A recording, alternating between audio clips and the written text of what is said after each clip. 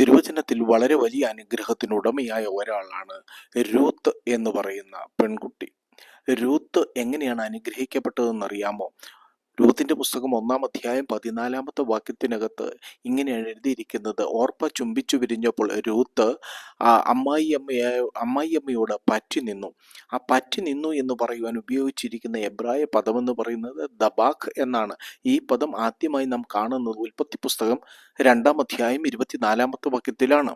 അതുകൊണ്ട് ഒരു മനുഷ്യൻ തൻ്റെ അപ്പനെയും അമ്മയെയും വിട്ട് ഭാര്യയോട് പറ്റിച്ചേരും എന്ന് പറയുന്നിടത്താണ് ആ ദബാഖ് എന്ന വാക്ക് പറ്റിച്ചേർന്നു എന്ന് പറയുവാൻ ഉപയോഗിച്ചിരിക്കുന്നത്. അതായത് ഭാര്യ തൻ്റെ ഭർത്താവിനോട് പറ്റിച്ചേരുന്നത് പോലെ, ക്രിസ്തുവിനോട് സഭ പറ്റിച്ചേരുന്നത് പോലെ, രൂത്ത് തൻ്റെ അമ്മായിയമ്മയുടെ ദൈവത്തോട് പറ്റിച്ചേർന്ന് നിന്നു. അതുകൊണ്ടാണ് അവൾ അനുഗ്രഹിക്കപ്പെട്ടത്.